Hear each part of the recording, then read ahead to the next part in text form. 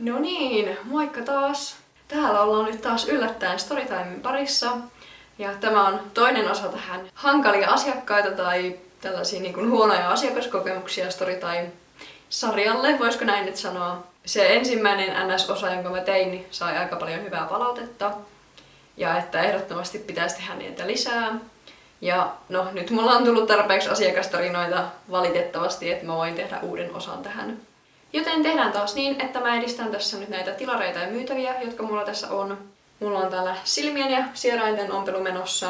Ja toivotaan nyt, että tällä videolla ei ole aivan kamala äänenlaatu. Tää huone on edelleen aika tyhjä, niin tää saattaa vähän kaikua. Mutta toivotaan, että se on ihan siedettävä.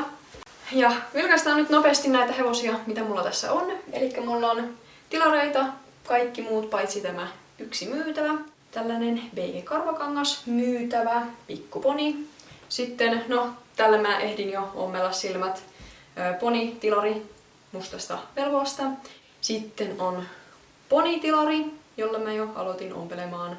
Toinen puoli on jo ommeltu, mutta jatketaan tästä. Sitten täältä löytyy pikkuponitilari punaruskeasta karvakankaasta. Ja sitten vuonistilari tästä tällaisesta vaalearuskeasta velvoasta. Niin, jatketaan niiden parissa nyt. Ja mä katson tästä nyt puhelimesta vähän. Mä oon itselleni tänne kirjoittanut listaa, että mitä tässä nyt on tullut vastaan. Ja mulla on ehkä tullut jotain vanhoja juttuja myös mieleen. Niin mä välillä katson täältä, että minkä asiakaskokemuksen mä nyt kerron seuraavaksi. Aloitetaan sillä, että mä ompelen silmiä tälle Bagel-ponille. Lähdetään tällaisesta vähän ehkä kevyemmästä tarinasta. No, suurin osa näistä on nyt tapahtunut tietysti Etsissä, koska siellä on niin kuin suurin osa mun myynnistä. Ja mä tän taisinkin jo jollain kuukausilokilla tai muulla videolla kertoa tämän tilanteen. Eli mulla on siis kaavoja myynnissä Etsissä, eli siis keppihevosen kaavoja, jotka on tulostettavia tietenkin. Ja siinä listauksessa hyvin selkeästi jo otsikossa lukee, että keppihevosen digitaalinen tulostettava kaava.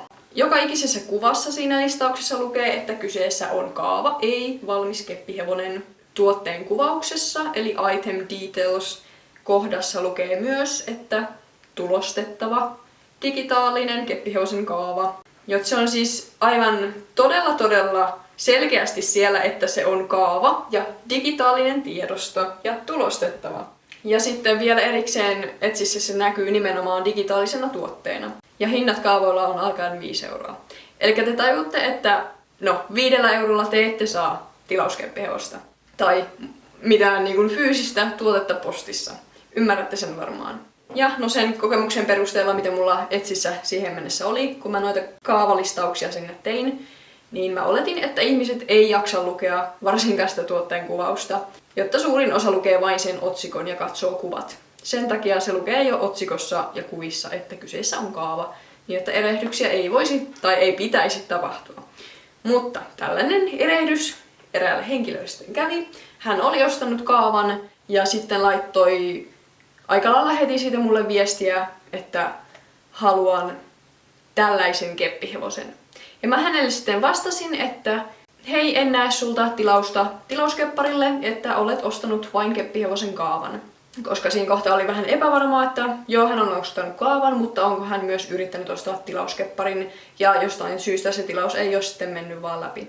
Niin, sieltähän aika pian sitten tuli vastaus, että luulin saavani keppihevosen, kun hän sen kaavan oli ostanut. Ja hän myös kirjoitti sitten hyvin heti sen sinne arvosteluihin 1 tähden arvosteluna. Ja mä sitten hänelle vastasin, että se on niin kuin otsikossa, kaikissa kuvissa ja siellä siis listauksessa tuotteen yksityiskohdissa, tiedoissa kerrottuna, että se on kaava. Että niin kuin, minkä takia sä luulit, että se on keppihevonen? Ja voisinko mä niin kuin laittaa sen sinne vielä jotenkin selkeämmin? No, hän ei oikein osannut vastata, että miksi hän luuli saavansa kepparin 5 €. Ja sit hän niin kuin melkein jo seuraavaan viestiin muutti sitä tarinaansa. Ensimmäinen tarina, jonka hän kirjoitti ihan arvosteluun asti, oli, että luulin saavani keppihevosen, valmiin keppihevosen. No, tarina muuttui sen verran, että hän luuli saavansa paperisen kaavan ja kankaan postitse, kun tuote, jonka sä ostat, on digitaalinen. Ja joo, hän ei siis missään kohtaa kyennyt mulle kertomaan, että minkä takia hän luuli saavansa keppihevosen. Ja sitten sen jälkeen, että miksi hän luuli saavansa mitään muuta kuin tulostettavan digitaalisen kaavan. Koska se hyvin selkeästi siellä lukee. Niin hän ei niinku osannut siihen vastata. Jotta niinku, onko tää ihminen oikeasti vaan ihan sokkona scrollannut etsissä, klikannut jostain listauksesta ja laittanut sen ostoskoriin ja maksanut. Et niinku, en tiedä, mitä siinä on tapahtunut.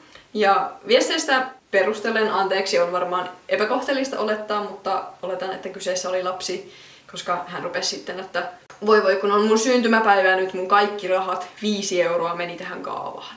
Joo, mähän näen sieltä, että hän oli jo ladannut sen kaavan, eli hän oli vastaanottanut sen tuotteen, niin sellaisessa tilanteessa mä en voi antaa koko tuotteen hyvitystä, eli palauttaa sitä koko summaa, minkä hän on maksanut. Päästiin sellaiseen sovintoon, että hän poisti sen arvostelun sieltä, kun mä palautin hänelle osat rahoista. Mä en koko summaa pystynyt palauttamaan, koska hän oli jo saanut sen tuotteen, se oli ladattu. Niin tällainen tilanne.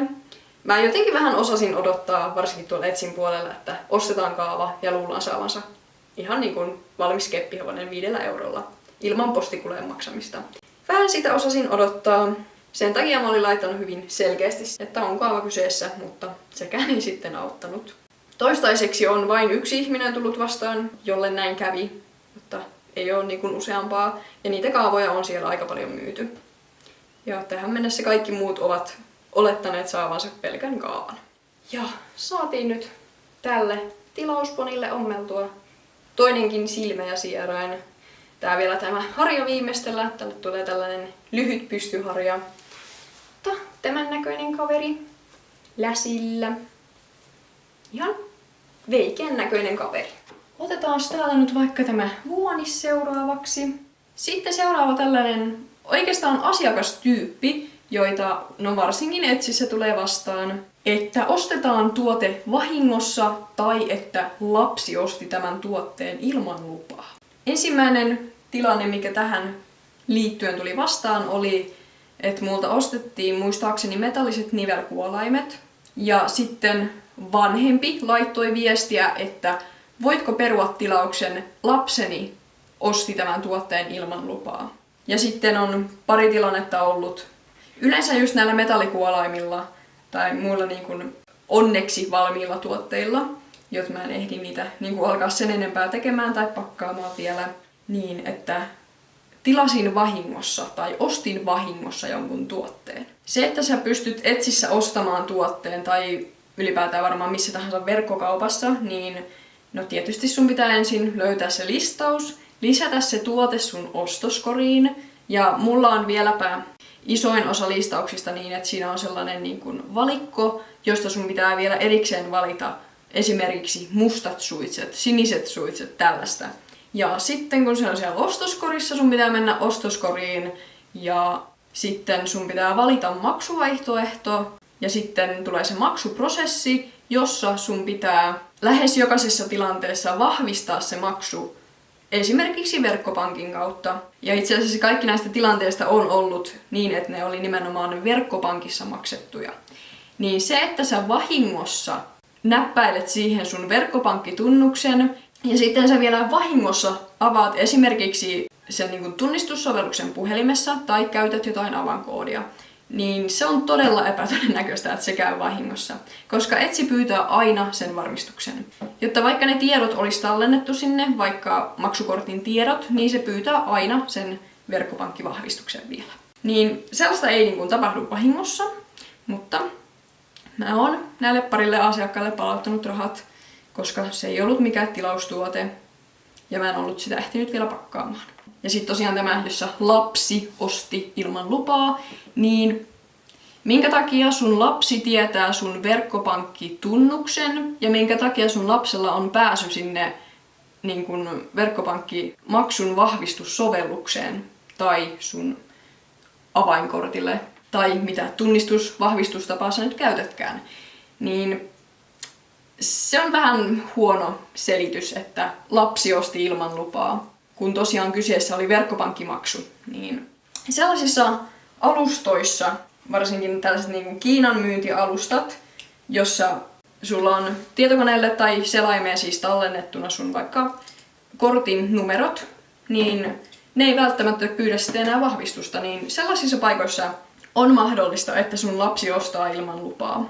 Mutta Etsissä se pyytää aina sen vahvistuksen, niin se ei oikein ole mahdollista, että sun lapsi ilman lupaa tilasi jotain tai sä vahingossa ostit jotain.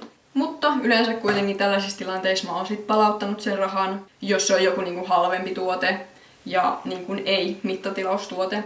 Jos se on customi eli mittatilaustuote, niin sitä ei koske peruuttaminen. Mutta valmiit varusteet ja materiaalit, jos ne on halpoja, niin kyllä mä oon sitten peruuttanut ne. Jotta ne on varmaan sellaisia tilanteita, että syystä tai toisesta se ostaja on tullut katuma päälle ostoksen jälkeen. Tai tarvinnut syystä tai toisesta sitä rahat takaisin. Ja sitten lähdetään keksimään, että joo, lapsi tilasi ilman lupaa tai vahingossa tein tilauksen. Niin joo. Sitten meillä on tällainen asiakaskategoria kuin hupikustomi-tilaajat. Elikkä siis tilaajat, jotka aloittaa sillä, että hei, haluaisin tilata tilaustkeppihevosen tai tilausvarusteen. Ja sitten lähetellään parhaimmassa tapauksessa satoja viestejä edestakaisin, että no millaisen hevosen sä haluat. Ja sitten valitaan niitä materiaaleja ja yksityiskohtia ja kaikkea tällaista. Niin parhaimmassa tapauksessa satoja viestejä ja sitten yleensä kun mä oon sanonut, että joo, tästä voit näillä vaihtoehdoilla tästä valmiista listauksesta ostaa, tai mä teen hänelle custom-listauksen sille tilaukselle, oikealle summalle, niin he ei ikinä osta sitä. Ja sitten kun yrität kysyä perään, että hei, ootko ostamassa, niin sit sieltä ei enää vastata. Näitä tällaisia on takavuosina varsinkin tullut Suomessakin ihan vastaan, että ei ole pelkästään Etsy-juttu. Jotta siis totta kai on ok, jos sä tulet kysymään, että moi, mä haluaisin tällaisen ja tällaisen hepan, että mitä se maksaa. Jos sä haluat sen hinnan varmistaa ennen tilausta. Tai ylipäätään tietää, että mitä se maksaisi. Se on totta kai ok. Mutta sitten kun sä tulet ja laitat mulle valmiin tilauskaavakkeen, joka on jo sitova tilaus, ja sen jälkeen sitten oot, että no en mä otakaan, tai lopetat vastaamisen, niin se ei ole ok. Ja tietenkin, jos sä oot epävarma, onko jotain materiaalia jäljellä, tai mikä se lopullinen hinta tulisi olemaan, niin sellaisia saa kysyä. Se on ihan ymmärrettävää, että jokainen kysely ei niin kuin pääty tilaukseen. Mutta sitten jos sä laitat ihan suoraan tilauskaavakkeen tai viestin, että hei, haluan tilata tai että tilaan tämän ja tämän, niin se on tosiaan siinä kohtaa sitova tilaus, jota ei voi perua kuin painavasta syystä. Niin tällaisia on varsinkin lapset, jos heillä ei olekaan sitten vanhemman lupaa, vaikka se lupa pitäisi kysyä nimenomaan ennen tilausta. Niin, tällaisia tulee välillä vastaan. Niitä on myös Etsissä. Kysellään, että voitko tehdä tällaisen ja tällaisen varusteen. Ja sitten mä oon, että joo voin, tässä on hinta ja minkä värisen haluat ja minkä väriset pehmusteet, koristeet, jne. Siihen vastaillaan ja sanotaan, että hinta on ok, haluan tilata. Sitten kun teet sen custom-listauksen, niin he eivät ikinä osta sitä tai eivät enää ikinä vastaa. Jotta siinä kohtaa vähintään olisi suotavaa sanoa, että hei, anteeksi, en pystykään nyt tilaamaan ja vähän on hyvä kertoa myös syytä, että miksi et. Jotta ihan hyvien tapojen mukaista kertoa, että en ole tilaamassa ja että miksi en ole tilaamassa.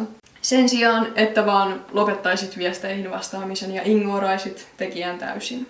Vielä vähän tähän liittyen, niin varsinkin tuolla Etsissä ulkomaalaisten tilaajien kanssa, varsinkin ne, jotka puhuu englantia äidinkielenään, eli useimmiten amerikkalaiset ja britit, mun kokemuksen mukaan, heidän kanssaan viestittelen tietysti täysin asiallisesti.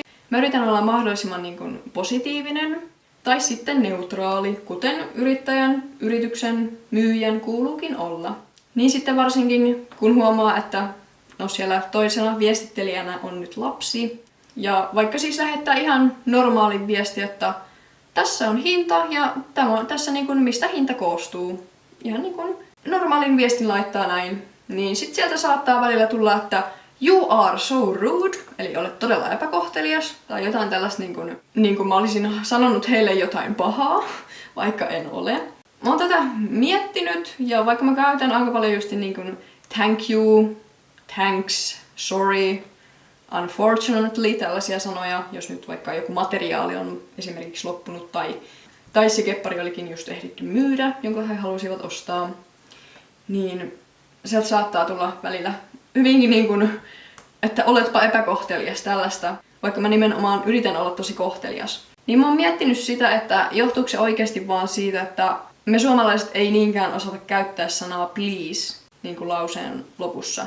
Jot niin kuin se please-sana pitäisi olla melkein joka lauseessa suunnilleen, että he ei niin kuin loukkaannu. Jot se on ehkä niin kuin ainoa rationaalinen selitys tälle tilanteelle. Mutta joo, välillä tulee ihan on niin kuin normaali keskustelu menossa jostain hevosen hinnasta tai varusteiden materiaaleista, täysin asiallisia viestejä, niin sitten yhtäkkiä niin kuin siellä saatetaan kiihtyä 0–100 ja niin kuin syyttää, että oletpa huono asiakaspalvelija tai olet epäkohtelias tai jotain niin kuin tällaista. Pari kertaa on oikeasti istunut siinä lukemassa sitä viestiä, että niin kuin, hetkinen nyt, mitä oikeasti, niin kuin, mitä ihmettä. Ja niin kuin mä oon niitä viestejä sitten lukenut, niitä omia laittamia viestejä, jotta niin kuin, mistä tämä henkilö nyt olisi voinut suuttua, niin ei mene järkeen. Et ainoa, mikä niin kuin yhdessä tilanteessa tuli, niin oli se, jota mun olisi ehkä pitänyt käyttää niin kuin sitä please-sanaa siinä. Mutta en tiedä.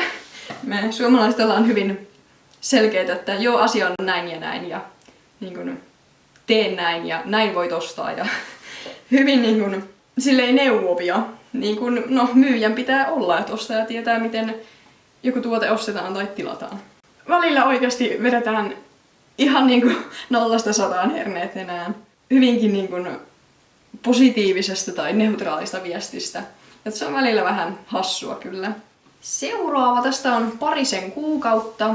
Elikkä multa ostettiin Etsissä sellainen vaaleanpunainen strassiriimu. Ja sieltä tulee sitten viestiä, että tuote ei ole ollenkaan saapunut perille. Ja mulla on tähän tietty protokolla. Mä tietenkin ensin kysyn, että olihan osoite, jonka annoit oikea. Koska kerran on käynyt niin, että tilaaja oli valitettavasti antanut väärän osoitteen. Ja se tilaus sitten loppujen lopuksi palautui mulle.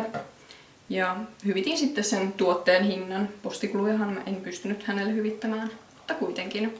Ja sanottakoon, että iso osa näistä, jotka tulee sanomaan, että tilaus on myöhässä tai tuote on myöhässä, niin se tuote ei edes ole vielä myöhässä.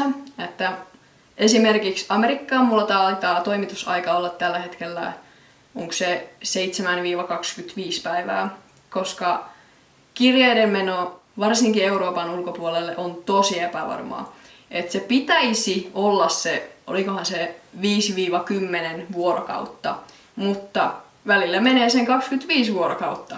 Ja mulle ei ole tähän vielä osattu kertoa syytä, että niin kuin mikä siinä on, että välillä sitten menee ihan superkauan.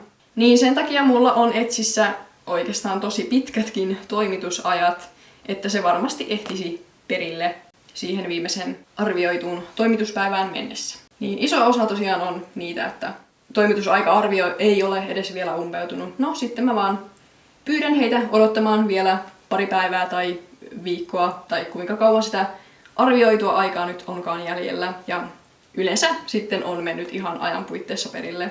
Ja se toimitusaika-arviohan näkyy siinä tilauksen yhteydessä muodossa esimerkiksi 5–20.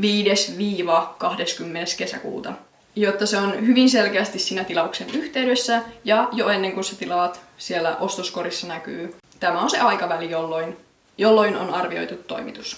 No mutta tässä riimutapauksessa se oli oikeasti myöhässä, jotta se olisi pitänyt olla perillä joku 3 päivää sitten. Mä sanoin hänelle, että ensin tarkista, onko osoite, jonka annoit oikea. Ja olethan tarkistanut postilaatikkosi tai postiluukkusi, koska tilaus tulee kirjeenä. Ja tässä kohtaa mä myös menin jo tarkistamaan oman postilaatikon, että onkohan lähetys kenties palautunut mulle syystä tai toisesta. No ei ollut. Ja sieltä tuli sitten vastaus parin päivän päästä, että joo, tilaus olikin tullut perille, mutta nyt se on rikki. Ja sitten hän laittaa mulle kuvan. Se oli siis sellainen strassiriimu, jossa siinä riimussa on strassit siis turvalla, niskassa ja sitten molemmissa poskihihnoissa. Ja ne on ompelukoneella ommeltu ne strassit. Ja se oli vielä säädettävä riimu, eli turvalla ja niskassa oli solkisäätö. Niin hän laittoi ihan kuvan, jossa tää niin kun turvahihnan yläosa, se osa, joka menee siitä soljesta läpi, niin se oli jotenkin niin kuin venynyt, se materiaali. Mutta se ei ollut katki, se ei ollut rikki, se oli vielä korjattavissa. Koska mä muistan, että mulla on joskus aikoja sitten, kun mä harrastin vielä keppareita, niin käynyt samalla tavalla, että joku hihna oli venynyt. Ne palat vielä pystyi tavallaan ompelemaan yhteen ja korjaamaan sen siten, jotta se ei ollut täysin rikki. Mut joo, tosiaan sain tällaisen kuvan, jossa tilaaja sanoi, että se materiaali oli niinku jotenkin venynyt ja että se oli lähestulkoon poikki se hihna. No sit mä kysyin vähän tarkempia tietoja. Tietysti ensimmäinen lähtökohta on se, että olihan se paketti tai kirjekuori tai kuplapussi, missä se saapui, olihan se ehjä. Että jos se on vaurioitunut kuljetuksessa, niin sitten me voidaan lähteä siitä. Vähän niin kuin tarkemmin kysyn, että oliko riimu jo käytössä, jotta missä kohtaa niin kuin ilmeni, että se on rikki. Jotta jos se ihan oikeasti on rikki, joku saatat sen sieltä vaikka kirjekuoresta, ja se kirjekuori on täysin ehjä perille mennessä, niin sitten on mahdollista, että mulle on käynyt valmistusvirhe, tai se on vaikka joku materiaalivirhe. Siinä kohtaa se on mun vastuulla, mutta tässäkin tilanteessa niin se hihna oli kuulemma venynyt, kun lapsi oli pukenut tätä riimua keppihevoselle. Ja siinä kohtaa alkoi vähän haiskahtamaan niin sanotusti, koska tämä on tekonahkaa. Mä venytän tätä aikuisen ihmisen voimilla nyt. Se joustaa kyllä, mutta se ei katkea. Tää on tällaista hyvin paksuakin kangaspohjasta. Tätä ei ihan noin vaan saa katki. Vaikka meillä olisi tässä hihnassa, mulla on täällä nyt liian iso reikä tosta tuohon pienempään, niin vaikka meillä olisi täällä hihnassa nyt reikä, niin kuin tässä hihnassa oli ollut, ja että se oli siitä niin kuin reijän kohdasta jotenkin revennyt, niin se ei siitä katkea. Se ei vahingossa katkea eikä edes yrittämällä. Näin. Siinä on tosiaan reikä hihnassa. Se joustaa, venyy, niin kuin tämän tekonahkaan kuuluu, mutta se ei katkea. Jotta siinä kohtaa jo vähän ihmetytti, mutta sitten jatkettiin keskustelua siinä. Mä sanoin hänelle, että kyseessä saattaa olla materiaalivirhe, jos ihan oikeasti siis se nyt meni rikki, melkein katkesi se hihna, kun sä laitat sitä riimua keppihevosen päälle. Niin sanon, että siinä saattaa olla sellainen mahdollisuus, että voitko niinku laittaa kuvaa siitä tekonahan toiselta puolelta, koska siitä mä olisin nähnyt, jos se olisi vaan niinku yksinkertaisesti jotenkin venynyt liikaa, tai se kudos tällä toisella puolella olisi jotenkin heikko tai huonolaatuinen. Silloin se voisi olla materiaalivirhe, tai sitten voisi olla valmistusvirhe, jos mä olisin vaikka vahingossa leikannut jotenkin tätä hihnaa niin kuin pikkusen sivuttain, että siihen olisi tullut joku pieni vekki.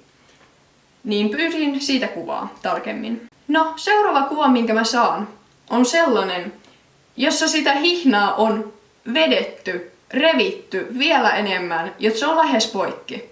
Jotta tavallaan se nahkapinta on niin kuin ratkennut siitä, ja jotta se on vaan pelkästään tämän niin kuin kangaskudoksen varassa enää, ne pienet hihnanpalat toisissaan. Ja henkilö sanoi siinä kohtaa, että venytin sitä lisää. Mä ensimmäisessä viestissä sulle kerroin, että tämä pitäisi olla vielä korjattavissa, on korjannut näitä tässä, miten voit sen korjata. Ja sen sijaan sä rikot sen. Niin joo, sen takia on hyvin tärkeää, että kun te ostatte tuotteen, niin siinä kohtaa, kun te otatte sen sieltä paketista ulos, niin katsotte, onko se ehjä. Koska siinä kohtaa, kun te alatte pukemaan sitä keppihevoselle, tai kun se on ollut jo käytössä, niin se ei siinä kohtaa välttämättä ole enää valmistajan vastuulla. Koska nämä on kuluvia osia. Nämä kuluu käytössä, ne voi hajota väärässä käytössä tai väärässä säilytyksessä. Ja tietenkin, jos sä tahallaan venytät tai rikot, niin totta kai ne voi hajota. Ja no tässäkään kohtaa se hihna ei ollut vielä täysin poikki, mutta se oli jo venytetty niin isolla voimalla, että se ei oikeastaan ollut enää korjattavissa. Ja mitä mä nyt tässä aikuisen ihmisen voimilla venytän, niin mä en niin kuin normaalisti venyttämällä saa tätä katki. Et siihen pitää oikeasti jo nähdä vaivaa, että sä saat tämän tekonahan poikki. Jotta joo. Ja kuten hänelle ensimmäisessä viestissä jo sanoin, että jos kyseessä on valmistusvirhe tai materiaalivirhe, niin mä pystyn sulle hyvittämään sen riimun hinnan, mutta en postikuluja, koska niitä mä en saa takaisin. No niin, lopussa sitten tehtiin se siinä kohtaa, kun hän kiihtyy 0–100, kun mä pyydän lisäkuvia. tarkempaa selitystä siitä, että niin kuin, mitä on tapahtunut, koska on hyvin vaikeaa uskoa, että täysin ehjä riimu, jonka mä olen kasannut keppihevosen päällä. Jotta joka ikinen varuste, jos mä en sitä kasaa keppihevosen päällä, niin mä testaan sen aina keppihevosen päällä, että toimiihan jokainen solki, toimiihan kaikki klipsut, ja että se ei sitten niin kuin hajoa jostain kohtaa, joku liimaus vaikka petä niin kuin heti kättelyssä. Niin varusteet testataan ennen kuin ne lähtee multa. Niin on hyvin epätodennäköistä, että multa menisi tollanen asia ohitte, että niin kun se on ihan rikki se riimu jo lähtökohtaisesti, tai että se hajoaa ensimmäisellä pukemisella hevosen päähän. Että jos syystä tai toisesta se materiaali olisi ollut niin huonoa, että se hajoaa oikeasti ensimmäisellä kerralla, kun sä laitat sen keppihevoselle päälle, niin se olisi hajonnut sitä riimua tehdessä. Tai viimeistään siinä, kun mä oon testannut sitä keppihevosen päälle, kun se on valmis. Jotta en tiedä mitä siinäkin on tapahtunut, ja jotta niin kuin täysin uusi varuste menee rikki. Se olisi ymmärrettävämpää, jos mä myisin jonkun vanhan varusteen, että sieltä on saattanut liimaukset ajan saatossa kulua tai joku osa löystyä. Niin se olisi niin kuin uskottavampaa, jos sellainen menisi rikki, mutta että täysin uusi, sinua varta vasten tehty riimu meni heti rikki. Niin se ei ihan niin kuin mene läpi noin vaan. Ja tosiaan kun toi tekonahka, se ei itsestään veny, että sitä pitää vetää, että sä saat sen venymään. Ja että se niin kuin tavallaan purkautuu noin kudoksille, mitä toi riimun hihnu nyt oli purkautunut. Ja mikä tässä jutussa vielä enemmän haiskahtaa on se, että ensin tuote ei ole ikinä saapunut ja sitten se meneekin heti rikki. Niin taas sellainen pikkusen tulee mieleen, että syystä tai toisesta haluttiinkin sitten rahat takaisin. Niin yritetään keksiä ensin syy, että tuote ei ole ensin tullut ikinä perille, mutta sitten se tulikin ja sitten se hajosi heti. Niin ei ihan niin kuin ole hirveän uskottavaa. Niin sitten tästä vielä, että tilaus on myöhässä, niin varsinkin tuolla joulusesonkina tuli vastaan tosi paljon sellaisia siis myöhässä tilailijoita, jotka tilaa joskus joulukuun 12. päivä Suomesta tilaustuotteen Amerikkaan ja olettaa sen saapuvan ennen jouluaattoa perille. Joo, ei onnistu. Ja vieläpä jouluaikana mulla oli pidemmät toimitusajat siellä, koska mä tiesin, että kuljetukset saattaa viivästyä, kun niitä on nyt niin paljon. Ja ne on niin ruuhkautuneita. Niin mulla taisi olla jopa 30 päivää se toimitusaika siellä. Niin jos sä tilaat tosiaan 12. päivä joulukuuta, niin se ei tule ehtimään ennen jouluaattoa perille. Jot oikeastaan jos sä haluat jouluaatoksi Amerikkaan asti jotain perille, se pitäisi niinku tilata jo marraskuussa. Koska noi kirjeiden kuljetukset on niin epävarmoja. Siinä saattaa mennä, joulusesonkina meni parhaissa se 30 päivää ennen kuin se meni perille.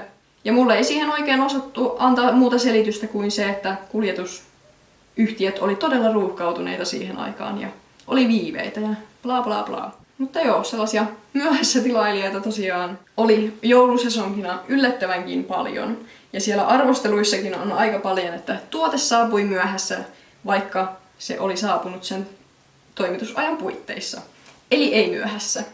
Ja toimitusajoissa siellä lukee se ensimmäinen arvioitu saapumispäivä ja viimeinen arvioitu saapumispäivä, joka saattaa olla väliltä 5. elokuuta viiva 25. elokuuta. Niin se ei tosiaan tarkoita sitä, että se saapuu 5. elokuuta, vaan että se saapuu aikaisintaan 5. elokuuta, viimeisintään 25. elokuuta. Se on niin kuin mitä se toimitusaika-arvio siellä tarkoittaa. Ja sitten on tämä yksi ulkomaalainen tilaaja, josta mä oon varmaan ainakin parilla vlogilla, kuukausivlogilla teille jo kertonut. Mutta tämä henkilö, jonka kanssa me loppujen lopuksi viestiteltiin 500 viestiä. 500 viestiä asiakaspalveluun 2 kuukauden aikana. Eikö se ole teidänkin mielestä aika paljon? Se on todella paljon, se ei ole missään määrin normaalia. Totta kai jos sä oot tilaustuotetta tilaamassa, kuten tässä tapauksessa tilauskeppihevonen, josta sä haluat tietynlaisen, niin totta kai siihen kuluu enemmän kuin 2 viestiä yleensä, että puhutaan niin kuin noin 5-15 viestistä, mutta ei 500. Joo, aika pian selvisi, että kyseessä on lapsi. Hän myös itse myönsi jossain kohtaa olevansa lapsi. Siis ihan niin kuin suoraan sanottuna tyhmiäkin kysymyksiä välillä, Esimerkiksi, että miltä pahvilaatikko näyttää tai mitä tilauksen siellä pahvilaatikossa on sisällä. Joo, mulla meni aika monta kertaa usko tähän tilaajaan. Ja se, että siis hän kysyi samoja kysymyksiä monta kertaa. Siellä on varmaan 10 kysymystä, jotka hän kysyi vähintään 5 kertaa sen ensimmäisen kuukauden aikana, kun hän tilasi sen ensimmäisen tilauskepparin. Joo, että mä ymmärrän sen, varsinkin lapsitilaajat on todella innoissaan välillä siitä tilauskepparista, että saatetaan kysellä, että milloin heppa on valmis. Ja että voitko vaikka laittaa kuvia siitä keskeneräisestä hepasta. Se on ok, voi laittaa kuvia yleensä. Ja sanotakaan, että tämä oli siis jokapäiväistä viestittelyä, että joka päivä tuli viestejä vähintään sen 5 kappaletta. Ja kysytään koko ajan samoja kysymyksiä, että kauanko hevosen tekemisessä menee, kauanko hevosen saapumisessa menee. Ja sitten ennen tilausta voinko saada alennuksen, voinko saada ilmaisia tuotteita hevosen mukana, voinko saada jotain yllätyksiä, miksi hevonen on niin kallis, jne. Ja vaikka ihan suoraan sanottuna välillä tämä henkilö hyvin paljon ärsytti, niin silti hänellä aina vastailin asiallisesti ja positiivisesti ja neutraalisti. Oli ainakin 3 tilannetta, että hän kiihtyi siis ihan täysin 0–100. Ja ensimmäinen oli se, että etkö sinä tajua, että minä olen lapsi? Että ei lapsille puhuta noin. Kun mä selitin hänelle, että mistä se hinta koostuu. Mä olin aikaisemmin selittänyt, että keppihevosen tekomateriaalit työaika, näin lyhyesti. Mutta sitten hän kysyi tarkemmin. Sitten mä selitin kaikki veroista lähtien ja postituksista, postitusmateriaaleista, kaikesta lähtien. Siitä hirveä räjähdys, että olen epäystävällinen, että lapsille ei puhuta noin. Ja sieltä on väliä tullut hyvinkin mielenkiintoista tekstiä tämän asiakassuhteen aikana. Jotenkin ihmeellä tämä tilaus sitten loppujen lopuksi meni ihan hyvin, että hän osti sen tilarin, vaikka hän taisi sitä maksamista venyttää varmaan kuukaudella. Jota koko ajan sanoi, että joo, maksan tänään, maksan huomenna illalla, maksan lauantaina, maksan torstaina. Niin koko ajan hän siirsi sitä, ja mä olin yhdessä kohtaa jo ihan varma, että hän ei tilaa. Mutta yllättäen hän tilasi, kun tilasikin sen kepparin, ja mä sen sitten hänelle tein.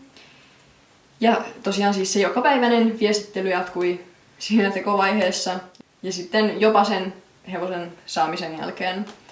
Ja yksi, mikä jäi hyvin mieleen, niin hän kyseli, jotta voitko kuvata videolle sen keppihevosen tekemistä. Ja mä sanoin hänelle, että voin. Ja kuvaan vähintään tälle kuukausiblogille ja saatan ehkä tehdä jonkun lyhyt videon, jossa näytän tätä sun keppihevosen tekemistä tai tätä sun keppihevosta. Niin sit hän kyseli koko ajan, että milloin ne videot tulee, voitko tehdä videota, voitko laittaa minulle videota. Se hevonen ei ole valmis, mulla ei ole valmista videota, mulla menee varmaan viikkoja ennen kuin mä saan minkäänlaisen videon siitä editoitua ja mä voin lähettää sulle Etsissä videoita. Jotta mä laitoin sit hänelle ihan vaan kuvia tekovaiheesta. Ja sit hän jatkoi kyselyä, että voitko laittaa lyhyen videon täällä Etsissä. Ja mä hänelle yritän selittää, että Etsissä ei tosiaan voi lähettää videota, jotta mä voin lähettää sulle vain kuvia. Mä oon laittanut sulle suunnilleen jokaisesta kuvakulmasta siitä hevosesta kuvan, niin millä tarvitset videon? Mun ei kuuluisi laittaa sulle videota ja se ei ole normaalia, että minä tai varmaan kukaan kepparin tekijä laittaa keskeneräisestä hevosesta jonkun random videoklipin tilaajalle. Jot korkeintaan kuvia, jos tilaaja kysyy. No, hevonen meni hänelle perille. Hän oli ihan tyytyväinen siihen. Helpotusta. Ja sitten hän sanoi, että hän haluaa tilata toisen keppihevosen. Ja siinä kohtaa mä mietin, että lähdenkö mä uudestaan tähän. Mä en suoraan sanottuna enää haluaisi käydä uudelleen tätä viestittelyrumbaa. Mutta rahan tarve oli siinä kohtaa niin iso, että mä sanoin, että joo, no voin mä tehdä sulle toisen tilarin. No se olikin sitten vähän simppelimpi tapaus. Ja mä sanoin hänelle, että voit ostaa tästä listauksesta, että valitset tämä vaihtoehto. Olikohan se nyt miniponi ja sitten tämä vaihtoehto yksityiskohtiin. Olikohan se valkopää vai tummennokset. Niin sanoin, että osta siitä, mä teen sulle sitten sen tilarin. No yllätys, hän ei ikinä sitä ostanut sitten. Mutta edelleen joka päivä viestitteli, kyseli just siitä tilarista, jota hän ei siis vielä ollut tilannut. Ja sitten haluaisi tilata myös suitsia ja kaikkia tällaisia nippelikysymyksiä taas, että voitko kuvata videota siitä uudesta tilarista, jota en edes ole tilannut. Ja voitko antaa alennusta ja voitko laittaa jotain ilmaista tavaraa mukaan, yllätyksiä, diipadaaba. Taas tämä sama rumpa-alusta niinku. Ja sitten yllättäen, hän oli kuukauden hiljaa. Ei yhtäkään viestiä. Ja niin kun sä oot 2 kuukautta viestitellyt ihan joka ikinen päivä mulle. Meidän viestiketju oli yli 500 viestiä siinä kohtaa. Jotta joo, sellainen yllättävä radiohiljaisuus tuli sieltä. Mutta sitten hän taas laittoi viestiä. Pari päivää taas tuli kauhea pommitus, mutta nyt on taas ollut hiljaista. En tiedä, pääsinköhän eroon tästä tilaajasta. En tiedä, mitä tapahtuu. Sanotaanko, että nämä viestit, mitä se pommitti päivittäin, niin siellä oli tosi paljon sellaista tyhjää.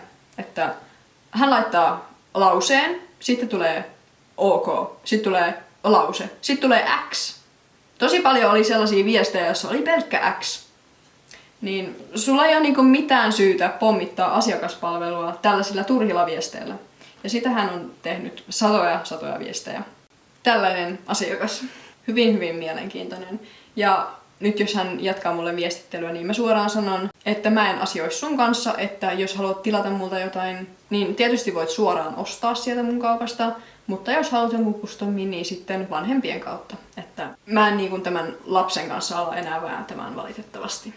Tämä nyt ei varsinaisesti ole asiakaskokemus, mutta kerrottakoon nyt tämäkin. Tää on aika hauska tilanne, tuli Instagramissa tässä hetki sitten vastaan. Niin mä aina välillä laitan storeihin myyntiin noita mun myytäviä. Niin mä olin laittanut ton kunnostuskepparin, joka on siis toi 2-palainen tettyheppa. Ja sillähän ei oo hintaa hirveän paljon, mitään se olisi 60 ollut. Niin laitoin sen sinne myyntiin. Niin sitten toinen keppihousuharrastaja tulee siihen tarinaan myynti-ilmoitukseen kommentoimaan, että onpa kallis. Ja sitten mä niinku hänelle vastaan, että jotta tämähän on itse asiassa paljon halvempi kuin mun alusta asti itse tekemät kepparit on. Jotta niinku kävi ilmi, että se ei ole siis mun itse tekemä keppari, se on kunnostusheppa. Ja se on 2-palainen suuton ja näin, että se on halvempi kuin yleensä. Ja siis se on verrattain halpa keppari. Niin hän sit kehtaa siihen vastata ihan suoraan, että se on ruma ja että kyllä se on tosi kallis, että jotta se on puolet rumempi ja puolet kalliimpi kuin henkilön X tekemät keppihevoset. Niin sä suoraan sanot toisen henkilön tekemää keppihevosta rumaksi. Se ei edes ollut mun tekemä. Niin mä vastasin hänelle siihen, että tämähän ei tosiaan ole mun tekemä keppihevonen, jota kannattaa vähän vilkaista sinne profiilin puolelle, miltä mun kepparit näyttää. Vilkasin sitten tätä toista tekijää, jonka hän mainitsi, niin mähän siis myin sitä hevosta 60, niin tämän henkilön X tekemät hevoset oli alkaen 80 €. Joten niinku puolet kalliimpi. Joo, ei nyt ihan tainnutkaan olla. Ja no sitten tämä henkilö X ei ollut yrittäjä, hänellä ei ollut yritystä, hän ei joudu maksamaan veroja, niin sen takia hinnat olisi voinut olla halvemmat, mutta ei ollut vaan kalliimmat. Siitä nyt hänelle sanoin näin, ihan asiallinen viesti, ei mitään. Ja sitten sieltä tulee joku vastaus, että ei asiassa ole mitään naurettavaa. Mä olin laittanut sinne jonkun hymynaaman tai jotain siihen mun viestiin. Niin joo, taas tällainen veti herneet nenään siitä, että hän tulee sanomaan toisen keppihevosta rumaksi ja kalliiksi. Ja sit kun mä perustelen sulle, että miksi se maksaa tämän verran, ja itse asiassa se on aika halpa, sä suutut mulle siitä. Jotta joo, vähän mielenkiintoista. En kyllä ihan heti muista, että ihan suoraan oltais tultu sanomaan, että onpa sun keppari ruma. Niinku, minkä takia sä sanoisit toiselle ihmiselle noin? Mä ymmärrän kyllä sen niinku hintojen ihmettelyn ja että jollekin 60 keppari saattaa olla tosi kallis. Ja hinnoista aina välillä yllättävän harvoin nykyään itse asiassa tulee niin kuin valitus, että kun on niin kalliit hinnat, kun keppari on niin kallis. Mutta se on yksinkertaisesti, kun ihmiset ei ymmärrä, miten paljon nämä materiaalit maksaa ja miten paljon mulla menee työaikaa keppihevosen tekemiseen. Ja sitten se, että mulla on yritys. Mä joudun maksamaan sen 25,5% veroja joka ikisestä kepparista. Eli jos mulla on 100 keppari, mä maksan siitä 25,50 € veroja.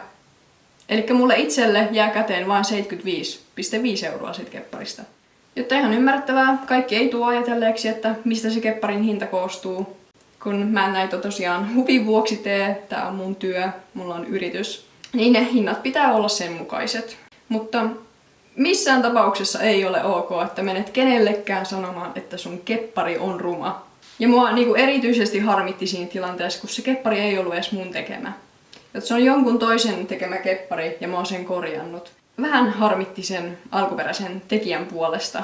Onneksi hän ei sentään mennyt sillä alkuperäiselle tekijälle sanomaan tätä, että tuli niinku mulle tässä välikätenä sanomaan, että onpa ruma keppari. Se oli sellainen niinku todella oikeesti mä tyrmistyin siitä viestistä. Että niinku noin suoraan tullaan sanomaan, että onpa ruma keppari. Että niinku sä kehtaat noin suoraan tulla sanomaan. Ja sit kun mä asiallisesti vastaan sulle ja kerron, mistä se kepparin hinta esimerkiksi koostuu, niin sit sä niin kuin suutut mulle ja alat haukkumaan mua. Jotta kaikenlaisia ihmisiä. Ja niin kun hänellä ei ollut aiettakaan ostaa sitä kepparia, niin ensinnäkin minkä takia sulla on tarve kertoa, että se on liian kallis. Kun se ei ole liian kallis. Suurimmalle osalle ihmisistä se ei ole liian kallis. Kun on ihmisiä, jotka ostaa sen tolla hinnalla. On ihmisiä, joille toi on halpa hinta. On ihmisiä, joille se on ok hinta. Ja ei niin kun sun mielipiteellä ei ole mitään väliä. Jos jonkun mielestä mun kepparit on kalliita, niin ei voi mitään. Mä oon nää hinnoitellut niin, että mä saan näistä tienestit. Faktahan on se, että valitettavan iso osa kepparin tekijöistä tekee keppihevosia lähes ilman tuntipalkkaa. Että sulle itselle saattaa jäädä siitä kepparista 100 kepparistakin käteen joku 5 euroa. Se ei niin kuin ole mun mielestä ok. Monella ihmisellä olisi varaa nostaa niitä kepparin hintoja. Ja sitten varsinkin, jos on yritys, niin sitten tietenkin pitää vähän korkeampia hintoja, kun sitä veroa pitää maksaa. Ja pitäisi niin kuin itsensä elättää näillä. Jotta oli niin kuin ihan älyttömän asiaton kommentti tältä henkilöltä. Ei vielä se, että onpa kallis keppari, vaan se, että kun kepparit on puolet rumempia ja puolet kalliimpia kuin henkilön X tekemät hepat, niin kuin oikeesti. Please, olkaa kiltimpiä toisillenne. Ja sitten on tällaisia Noetsissä tilaajia, jotka on tilannut tuotteen ja sitten kirjoittaa arvostelun sille tuotteelle. Mulla oli yksi tilauskeppari. Tää on itse asiassa sama tilaaja, jonka kanssa viestiteltiin 500 viestiä, niin hän ensin tilasi sen kepparin ja sitten hän halusi myöhemmin lisätä kepin siihen hintaan, niin mun piti tietysti tehdä hänelle uusi listaus. Jolloin hän on ostanut multa periaatteessa 2 tuotetta, etsi listausten mukaan, ostohistorian mukaan ja hän pystyy kirjoittamaan mulle 2 arvostelua. No, hän kirjoitti sitten tästä kepparista ylistävän arvostelun, että on aivan täydellinen, mahtava, 5 tähteä. Sitten hän kirjoittaa toisen arvostelun, mahtava, täydellinen ja antaa 3 tähteä. Oliko se nyt 3 tähteä vai 5 tähteä? Ja näitä tilanteita on tullut muitakin, jotta kehutaan tuote ihan maasta taivaaseen ja saapui ajallaan ja aivan täydellinen, ostan uudelleen ja sit siinä on joku 3 tähteä. Niin kun, eikö siinä kohtaa se ole 5 tähden tuote tai vähintään 4 tähden? Jotta miksi 3 tähteä? 3 tähteä on sellainen jo vähän huononpuoleinen tuote, että siitä on löytynyt jotain vikoja. Ihan mielenkiintoista välillä lukea niitä arvosteluja sieltä ja katsoa, että kuinka monta tähteä siellä onkin sitten annettu kauhean ylistävälle arvostelulle. Ja sitten tällä kertaa nyt viimeinen kokemustilanne, mikä on tullut vastaan tai tulee mieleen, niin multa tilattiin hyvin yksityiskohtainen keppari, jossa oli siis kirjavuutta ja merkkejä ja tummennuksia. Niin tilattiin hyvin yksityiskohtainen. Hän halusi tällaiset värit. Ja sitten hän laittoi piirroksia, siis käsin tehtyjä piirroksia, hyvin tarkasti, että millaiset merkit hän haluaa, millaisen kirjavuuden ja millaiset tummennukset sille hepalle. Joten hän laittoi mallikuvat itse piirtämänsä siitä. Ja no, mä tein sitten hänelle sen tilauksen. Niiden hänen piirrostensa mukaisesti keppari lähti tilaajalle ja sitten vähän ajan päästä mulle tulee Instagramissa jotain reelsejä vastaan, jossa on oikeastaan tismalleen samannäköinen keppihevonen. Elikkä mä olin tietämättäni kopioinut toisen tekijän tekemän keppihevosen. Ne piirrokset, mitä hän laittoi, oli lähestulkoon samanlaiset, mitä tällä olemassa olevalla kepparilla oli. Ja siis mähän en tiennyt, että tällainen keppari on olemassa. Mä en ollut nähnyt siitä mitään kuvia tai videoita, niin mä en tiennyt, että sen näköinen hevonen on olemassa. Ja yleensä kun tilaajat laittaa piirroksia, niin ne on niin kuin heidän itse keksimiään yleensä. Ei ole ainakaan vielä tullut tietääkseni vastaan toista tilannetta, jossa ne kirjavuudet onkin piirretty täysin jonkun toisen tekemän hepan mukaan. Mutta näin kävi. Niin tosiaan ei ollut todellakaan kiva törmätä sitten videoihin ja kuviin, että tällainen keppari on jo olemassa. Siis mua harmitti ihan super paljon. Niinku ei hyvä juttu. Siis totta kai eihän se nyt täysin samannäköinen ole, mutta niin kuin pääasiassa samanvärinen, samankaltaisista materiaaleista. Kyllä siitä niin kuin ihan selkeästi, kun se on niin yksityiskohtainen keppari, niin siitä näkee ihan selvästi, että ne kirjavuudet ja iso osa merkeistä ja tummennuksista on täysin samoja. Tai ainakin lähes samoja. Niin ei niin kuin yhtään kiva juttu. Tosiaan ei ole hyvien tapojen mukaista tehdä täysin kopiota toisen tekijän kepparista, jotta mä en tee kopioita toisten tekemistä keppareista. Toki mä voin ottaa inspiraatiota, jos tilaaja niin haluaa, mutta siihen hevoseen pitää sitten tehdä muutoksia. Se ei voi olla kopio toisen tekemästä kepparista. Se ei ole niin kuin ok. Varsinkin, jos se on tosi yksityiskohtainen heppa. Totta kai, jos sulla on perusmusta keppari, jolle tulee tähti, niitä on varmaan satoja tällaisia heppoja. Mutta sitten kun sillä on kirjavuutta, yksityiskohtaisia merkkejä, tummennoksia ja niin kun sellaisia keppareita on olemassa vain yksi. Se on tosi uniikki, niin sellaista mä en halua lähteä kopioimaan. Että inspiraatiota voi ottaa, mutta sitten pitää tehdä muutoksia. Ja mä oon aina niin kun luottanut siihen, että jos tilaaja laittaa piirroksia, itse tekemiään piirroksia, että se on nimenomaan niin kuin hänen päästään keksitty. Mutta en voi siihenkään enää luottaa. Iso osa, joka laittaa mulle mallikuvia esimerkiksi justiin merkeistä, niin on piirroksia tai sitten oikeista hepoista kuvia. Ja sitten ihan pieni osa on niin kuin keppihevosista, ja sekin on yleensä, että löytyykö sulta tämän väristä kangasta, tai haluan tämän värisen harjan, tai haluan tämän tyylisen merkin, mutta eri väriselle hepalle ja niin poispäin. Mutta niin kuin toi oli oikeastaan ihan tosi räikeä, tosi törkeetä tilaajalta ihan suoraan sanottuna, että niin kuin sä laitat mut tietämättäni tekemään kopion toisen tekemästä kepparista, joka on niin uniikki. En tiedä, siitä tuli itselle kyllä todella paha mieli.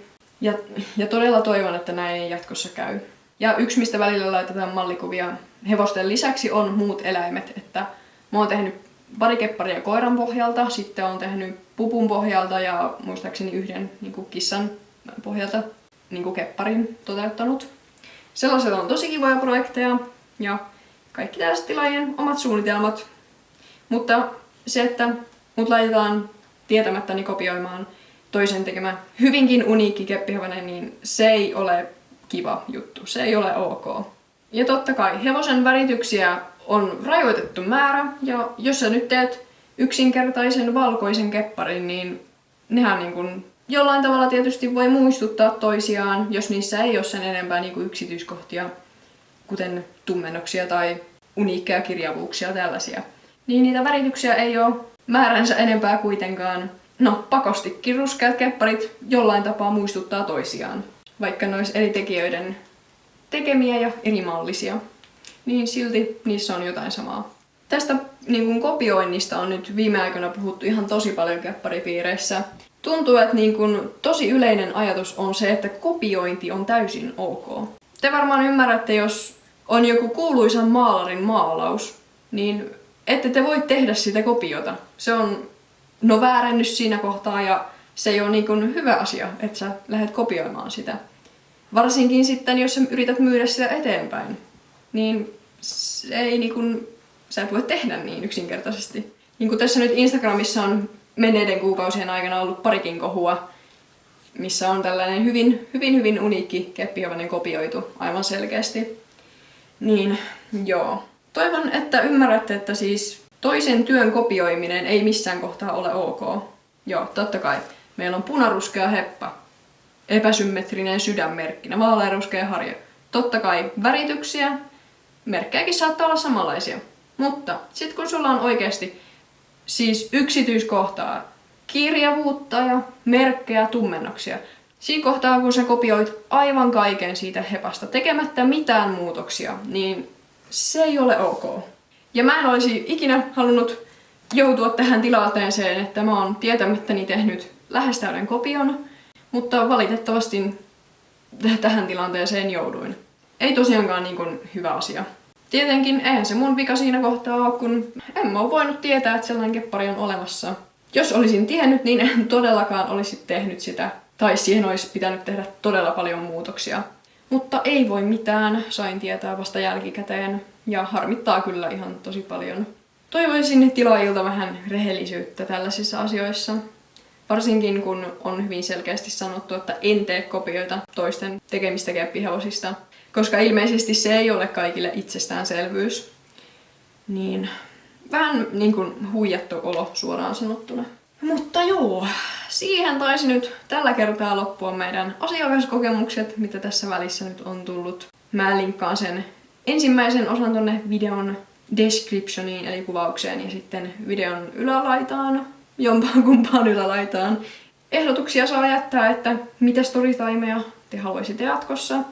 Varmaan näitä asiakaskokemuksia on tulossa vielä lisää sitä mukaan, kun uusia kokemuksia tulee. Että nyt meni vain noin parisen kuukautta, kun viimeisellä osalla meillä oli monen vuoden kokemukset. Mutta nyt niitä tulee enemmän, kun mulla on tietysti enemmän myyntiä, enemmän asiakkaita. Niin totta kai kaikenlaisia kummallisia tilanteita tulee vastaan nyt sitten enemmän. Aivan pakko ottaa vielä yksi tilanne, joka justiin tapahtui tässä ennen kuin aloin videota editoimaan. Niin mulla on tosiaan etsissä tämä metalliosa-listaus. Otsikossa sanotaan, että pienet metalliosat, solkia, lukkoja, rinkuloita, täydellisiä keppiosan varusteiden tekemiseen. Hinta on kappalehinta, eli per yksi. Sitten tässä on vaihtoehdot, sä saat täältä valita. Täällä kuvissa kaikki vaihtoehdot löytyy täältä. Täällä on mitat kuvissa myös. Näin. Nähdään, että yksi kappale aina kuvassa. Täältä valitaan sitten vaihtoehto, että minkä haluaa. Ja se vaihtaa sen kuvankin siihen oikein. Ja quantity, eli määrä. 1 kappale, 2, 3, jne. Ja täällä tuotteen kuvauksessa, tuotteen yksityiskohdissa. Joo, metallisia, tällaisia löytyy. Mitat on kuvissa ja hinta on per 1. Eli kappalehinta. Arvostelu, jonka sain tänään. 2 tähden arvostelu. Tekee ihan tosi paljon hallaa mun kaupalle. There was only one item and I thought there would be more. Hän osti siis 1 soljen ja luuli saavansa enemmän kuin 1. Tässä sanotaan, hinta on per 1. Otsikossa sanotaan, hinta on per 1 kappale. Miten sä oletat, hyvä ihminen, että sä saat enemmän kuin 1, jos sä ostat 1? Sä voit ostaa vaikka 22 kappaletta. Mutta sä ostit 1 ja oletit saavasi enemmän kuin 1. Niinku, mitä? Siis eikö ihmiset oikeasti lue enää niinku yhtään mitään?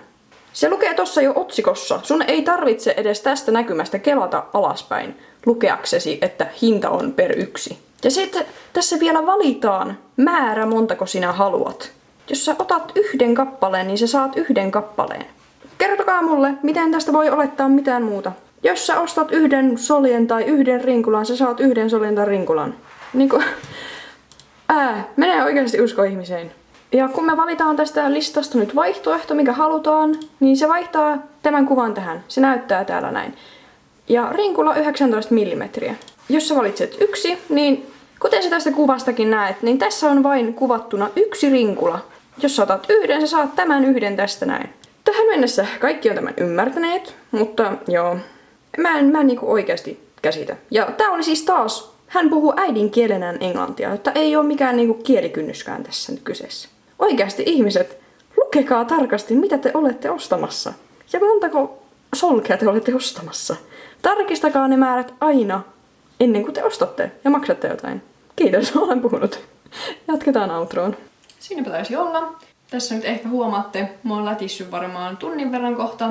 Ja mä oon saanut näille hevosille ommentua silmät ja sieraimet. Niin saatte vähän osviittaa siitä, että miten paljon työaikaa näihin oikeasti menee. Ja että nämä pitää hinnoitella sitten sen mukaan. Jotta ei ole niin kuin helppoa ja nopeata hommaa kyllä. Ja nimenomaan kun haluaa tehdä huolellisesti. Mutta joo, eiköhän tämä storytime nyt ollut tässä. Jättäkää ehdotuksia, että mistä aiheesta haluaisitte tällaisia niin sanottuja tarinatuokioita jatkossa. Jättäkää myös muita kommentteja, palautetta. Onko teillä tullut tällaisia kummallisia tilanteita asiakkaiden tai vaikka myyjien kanssa vastaan, niin kirjoitelkaa niitä tuonne kommenttikenttään. Ja jos on muitakin kommentteja, kysymyksiä, niin jättäkää ihmeessä. Mä pyrin jokaisen kommenttiin vastaamaan, jos mä keksin vaan jotain vastattavaa. Saatiin muut silmät ja sieraimet nyt ommelta, mutta täältä nyt vielä puuttuu tää toisen puolen silmä ja sierain. Ja sitten toi toinen sierain loppuun. Mutta vilkaistaan nyt vähän paremmin näitä heppoja tässä rivissä. Muistakaa laittaa kanavatilaukseen ja tykätä videosta sekä jättää niitä ehdotuksia. Myös ihan muita videoehdotuksia saa antaa. Nähdään ensi viikolla seuraavan videon parissa. Siihen asti, moikka!